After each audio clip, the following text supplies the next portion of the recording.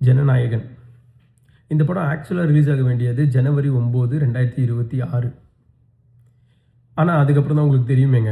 ஏதோ அந்த மனுஷன் அரசியலுக்கு வராருன்னு சொன்னாருன்னு சொல்லிட்டு, அந்த படத்து மேல கேஸ் போட்டு சென்சார் போர்டு அது இதுன்னு சொல்லி ஒரு வழியா ஸ்டாப் பண்ணிட்டாங்க. இந்த ஜென்ரேஷன்லாம் எவ்வளோ ஸ்பீடா ஏஐல என்ன பீக்ல போயிட்டுருக்குன்னு தெரியுமா? ஒரு படம் தியேட்டர்ல ரிலீஸ் ஆக போகுதுன்னா, ஃபர்ஸ்ட் டே ஃபர்ஸ்ட் ஷோ அங்க ஓடும்போதே இங்க பிரிண்ட் அடிக்கிற ஸ்பீட்ல போயிட்டுருக்குங்க. இந்த டைம்ல ஒரு படத்த நம்ம ஸ்டாப் பண்றோம்னா, அந்த படத்துக்கான செக்யூரா அந்த படத்த வந்து சேவ் பண்றது அவ்வளோ முக்கியம். ஆனா, ஒரு நான் கூட நினச்சேங்க அட்லீஸ்ட் ஒரு சீன், 2 சீன் ஒரு படம் ரிலீஸ்க்கு முன்னாடியே கொஞ்சம் லீக் ஆகும் நெட்ல. அது கொஞ்சம் பரபரப்பா பேசுவாங்க அப்படின்ற மாரி யோசிச்சேன். ஆனா, அந்த படமே ரிலீஸ் ஆகும்லாம் நான் நெனச்சே பார்க்கலங்க. இங்க எப்படி இருக்குன்னா, ஆம் இப்போ நமக்கு யாராவது ஒருத்தங்க காம்படிஷனுக்கு வராங்கன்னு வச்சுக்கங்களேன்.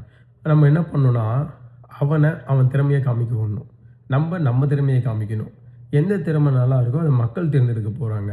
அத விட்டுட்டு, இங்க எப்படி இருக்குன்னா, அ நான் ஆல்ரெடி வளர்ந்துட்டேன். நீ என்ன அடிக்கிறதுக்கு வரியா? உன்ன வளரவே விட மாட்டேன்னு சொல்லி அடிக்கிறதெல்லாம் தப்புங்க. அது ஒரு ஹெல்த்தியான காம்படிஷனே கிடையாது. ஆ இங்க ஆல்மோஸ்ட் அப்படிதான் நடந்துட்டு இருக்குன்னு வச்சுக்கங்களேன்.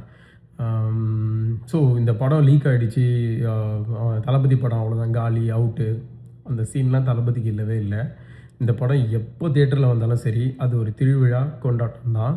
ஸோ நான் தியேட்டர்ல பார்க்கறதுக்காக தான் அந்த படத்துக்காக வெயிட் பண்ணிட்டுருக்கேன்.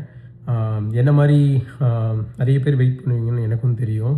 அம் இதில நெறைய பேரோட உழைப்பெல்லாம் இருக்குங்க. அதனால ஸோ இத மோஸ்ட்லி அ நெட்ல பார்க்குறதெல்லாம் அவாய்ட் பண்ணுங்க.